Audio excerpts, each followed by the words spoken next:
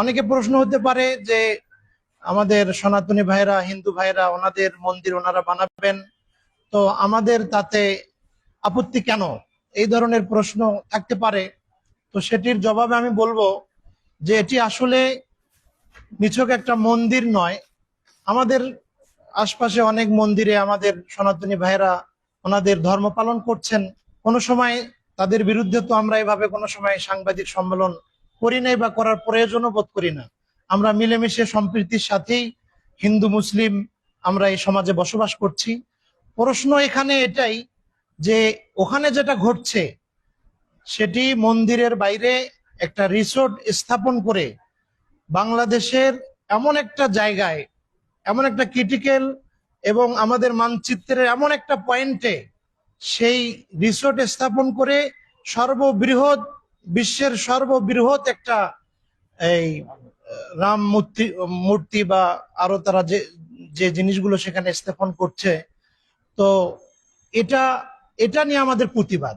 যে প্রথম আমাদের এখানে ভাবিয়ে তুলছে যে যখন আমরা দেখতে পাচ্ছি ভারতের বিভিন্ন রাজনৈতিক ব্যক্তিবর্গ, এমনকি তাদের জাতীয় নিরাপত্তা পরিষদের একজন সদস্য এ বিষয়ে ঘোষণা দিয়েছে যে রংপুর বিভাগ এটা ভারত দখল করে নেওয়া উচিত। এরকম একটা স্পর্শকাতর তাদের আলোচনা বা তাদের বক্তব্য আসার পরে এরকম রংপুর বিভাগের প্রবেশ দ্বারে একেবারে গাইবান্ধার পলাশবাড়ি থানার সেই জায়গায় তারা এইভাবে একটা রিসোর্ট স্থাপন করে বিশ্বের সর্ববৃহৎ এখানে মূর্তি স্থাপন করবে, এটা কোনোভাবেই এই দেশের তাওহিদি জনতা, এই দেশের মুসলমান, এই দেশের নাগরিক এটা মেনে নিতে পারে না। তারা এটাকে দেশের স্বাধীনতা সার্বভৌমত্বের জন্য বড় একটা চ্যালেঞ্জ হিসাবে, হুমকি হিসাবে তারা দেখছে। সম্মানিত সাংবাদিক ভাইরা, এখানে আরো একটা বিষয় লক্ষণীয়, যেই ব্যক্তি এই কার্যক্রম হাতে নিয়েছে সেই ব্যক্তির আমরা যদি ব্যাকগ্রাউন্ড দেখি, সে ছোটবেলায় ভারতে সেখানে শিক্ষা নিয়েছে, সেখান থেকে কি শিখে এসেছে আল্লাহ ভালো জানে। এবং তার এবং তার যে কথাবার্তার ভঙ্গিমা, সে মুসলিম দেখলেই, দাড়ি টুপিওয়ালা লোক দেখলেই সে জঙ্গি হিসাবে আখ্যায়িত করতেছে। এবং এটা আমাদেরকে ভাবিয়ে তুলেছে যে সেখানে সে যে অর্থায়ন করছে, যেই লোকটা এরকম, সে তার বাবাই নিজেই বলছে যে সহায় সম্বলহীন, তার কোনো এরকম সকালে খাবার খেলে দুপুরে কি খাবে সেটার কোনো ব্যবস্থা ছিল না। তো সেই লোক কিভাবে এত বড় একটা প্রজেক্ট সে হাতে নিল, এবং তার ব্যাপারে আমরা যে সাংবাদিক ভাইদের মাধ্যমে, বিভিন্ন অনলাইন মাধ্যমে আমরা যে তথ্যগুলো পেয়েছি এবং সরেজমিনে এলাকাবাসীর সঙ্গে কথা বলে যে তথ্যগুলো পেয়েছি, সেটা গা শিউরে ওঠার মতো তথ্য। তার বিভিন্ন অ্যাকাউন্টে বিভিন্ন দেশ থেকে, বিভিন্ন চ্যানেল থেকে কোটি কোটি টাকার লেনদেন হচ্ছে। এবং তার ব্যাপারে ময়মনসিং সেখানেও একসময় এ ধরনের সে রিসোর্ট স্থাপন করেছিল, সেখানে সাধারণ জনগণ থেকে কোটি কোটি টাকা আত্মসাতের একটা অভিযোগ আছে। এবং বিগত সরকারের আমলে প্রধানমন্ত্রীর আত্মীয়ের পরিচয় ধারণ করে বিভিন্ন জন থেকে চাকরি দেওয়ার নাম করে কোটি কোটি টাকা হাতিয়ে নেওয়ার অপরাধে সে এরকম জেলও খেটেছে। এবং আমাদের র্যাবের মিডিয়া সেল থেকে তার ব্যাপারে এরকম সংবাদ সম্মেলন করে দেশবাসীকে তারা জানিয়েও দিয়েছে।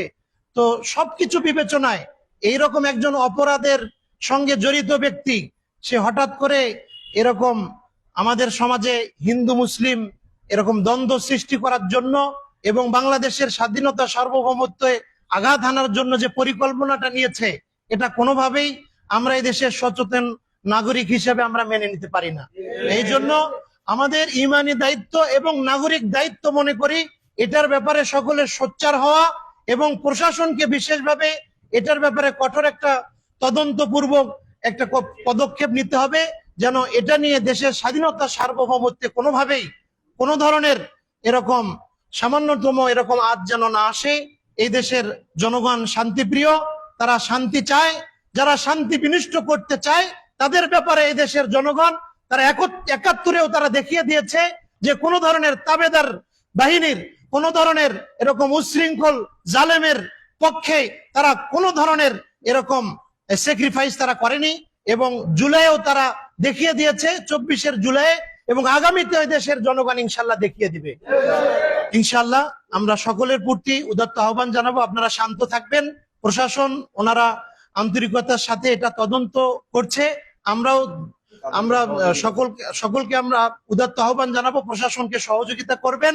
এবং আমরা এই জিনিসটা অবজার্ভ করছি যে প্রশাসন এটা তারা সঠিকভাবে তদন্ত করছে কিনা এবং এই বিষয়টা আমলে নিচ্ছে কিনা, এবং যদি প্রশাসন এই বিষয়ে কোনো গাফলতি করে, তো আমরা মনে করি এই সমাজ এবং এই জেলার জনগণ তারা যেভাবে ফুঁসে উঠেছে, তাদের ভিতরে যে ক্ষোভের জন্ম নিয়েছে, এটা বড় আকার ধারণ করতে পারে।